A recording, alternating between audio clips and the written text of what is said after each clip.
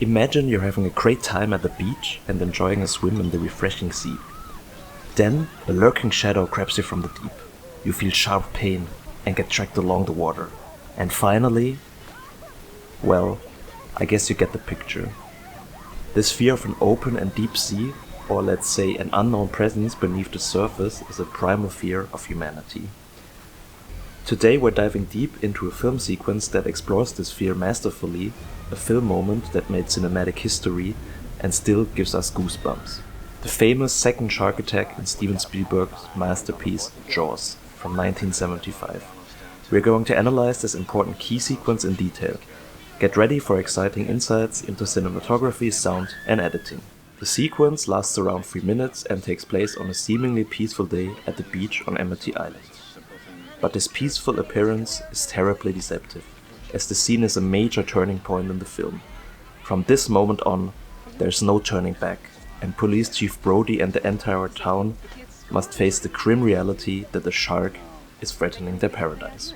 Let's begin with the cinematography. A central goal of Spielberg and his team was to allow the viewer to experience the sequence from the perspective of the main character, Brody.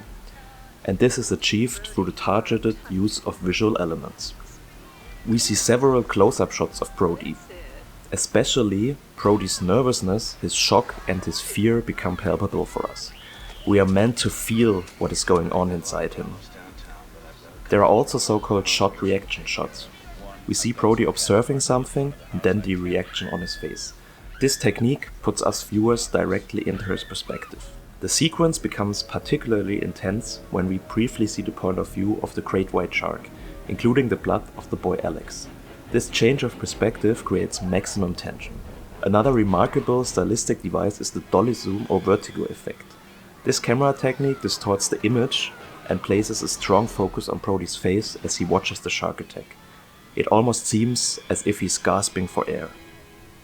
The last shot of the sequence shows us in a close-up to medium shot the torn inflatable mattress in the bloody water being washed ashore. A clear visual sign of Alex's death.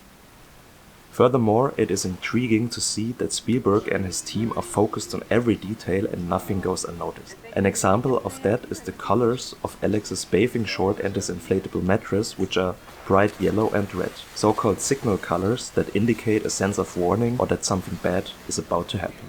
But it's not just the images that create this oppressive atmosphere. The use of sound is equally masterful. The background noises are constantly at least as loud or even louder than the dialogues or sounds near Brody. This illustrates how Brody wants to block out the beachgoers and focus only on the water. The sounds and follies are generally very loud, for example the jumping into the water. This symbolizes Brody's tense psyche and allows us to immerse ourselves in his thoughts on the sound level as well. Every noise becomes a potential danger for him.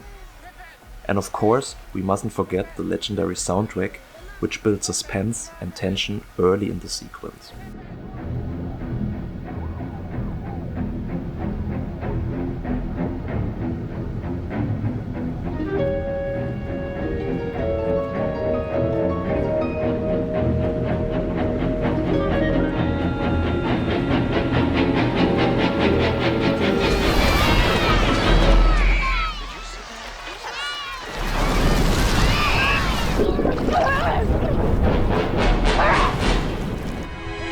Let's talk about editing, meaning the cutting together of the individual shots.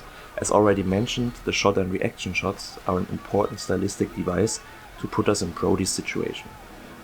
But the length of the shots and the flow of the editing also contribute to the effect. They vary between longer, calmer shots and then faster cuts that reflect the growing panic. But not enough, the legendary sequence contains even more subtle clues.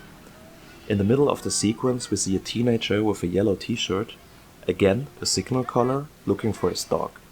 The only thing left is a stick in the water, a clear foreshadowing that something bad is about to happen. Brody, although he seems relatively relaxed at the beginning, seems to unconsciously sense the danger.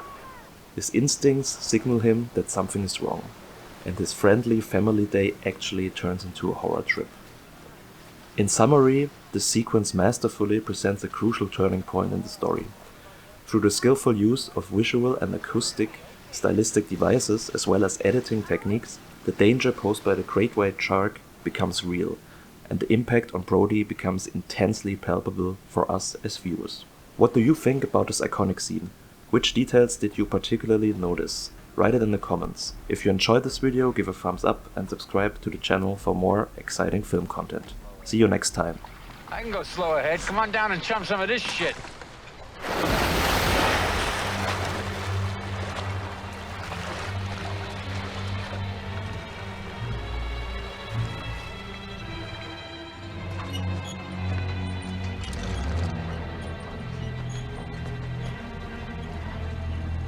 You're gonna need a bigger boat.